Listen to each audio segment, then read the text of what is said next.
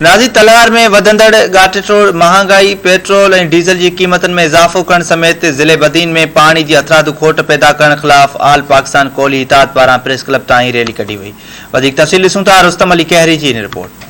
जीअं त नाज़रीन मुल्क में वधंदड़ गाठिटोड़ महांगाई ऐं पेट्रोल ऐं डीज़ल जा वधंदड़ अंगनि समेत ज़िले बदीन में पानी की हथरादू खोट पैदा थियण खिलाफ अज आल पाकिस्तान कोली इताद के मजदूर ऐं हारी तबके पारा शहर के राजोखानानी स्टाफ का निटण उस ऐं गर्मी में पैदल एहतजाजी रैली कढी। हिन वक्त प्रेस क्लब तलार अॻियां निटण उस ऐं गर्मी में एहतजाजी मुज़ाहिरो कयो पियो वञे। अचो त असां इन मौके ते हिते मौजूद हारी ऐं मजदूर तबके सां ॻाल्हि ॿोल कयूं त उहे असांखे वधीक छा था ॿुधाइनि। पाकिस्तान कोली इताद जे तरफ़ां हीअ असांजो पुरनुमन हिकिड़ो एहतजाज आहे महांगाई के खिलाफ। हींअर असांजा जेके ॿार स्कूल में पढ़नि पिया तव्हां एतबार न कंदा त उहे जेके ॿार असांजा आहिनि असां स्कूल ते नथा मोकिले सघूं। 250 रुपया 200 रुपया जेको लीटर हले पियो असां छा ॿार खे ॾियूं। हिकिड़ो हितां खां वञे थो बदीन पढ़णु हुनखे 500 रुपया ॾियूं। 500 रुपये जी असांजी दिहाड़ी कोन्हे। असांजी दिहाड़ी 250 खां 300 रुपया मिले। महंगाई तमामु एतिरी अरोज ते आहे जो कोली भील मेघवाड़ जेके मज़दूर ऐं हारी आहिनि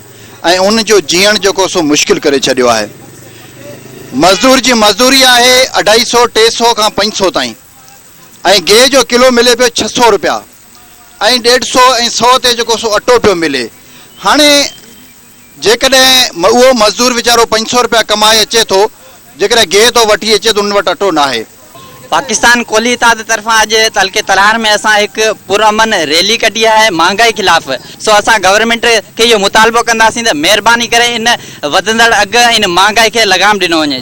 तेल जा अघ आहिनि, तेल जा अघ घटायो ऐं गेह जा अघ जेको 250 300 रुपया किलो वो 600 रुपया किलो थी वियो आहे। दालियूं वधी वयूं आहिनि, हर शइ वधी वई आहे, पर जेको सो असीं इहो बर्दाश्त नथा करे सघूं। हींअर जेको असांजो जेको 300 रुपया 200 रुपया कमाइण वारो जेको मज़दूर आहे उहो वीचारो छा जेको वठी पंहिंजे बचनि लाइ जेकॾहिं वठी छा घर में वञे। खंडु थो वठे त चांहि नथी थिए, चांहि वठे थो त अटो कोन थो थिए। उन करे जेको असां तमामु ऐं हिकिड़ो मजबूर थी असां ही पंहिंजो जेको एहतजाज कयो आहे। जीअं त नाज़रीन तव्हां हिते मौजूद एहतजाज कंदड़नि जूं ॻाल्हियूं ॿुधियूं। हिननि हुकूमत पाकिस्तान खां इहो मुतालबो कयो आहे त फौरी तौर ते ज़िले बदीन में पानी जी हथरादू खोट ख़त्म करे गाठिटोड़ महांगाई ते कंट्रोल कयो वञे त जीअं असां ग़रीबनि खे बि जीअण जो हक़ मिली सघे। रुस्तम अली कहरी, धरती TV न्यूज़ तलहार।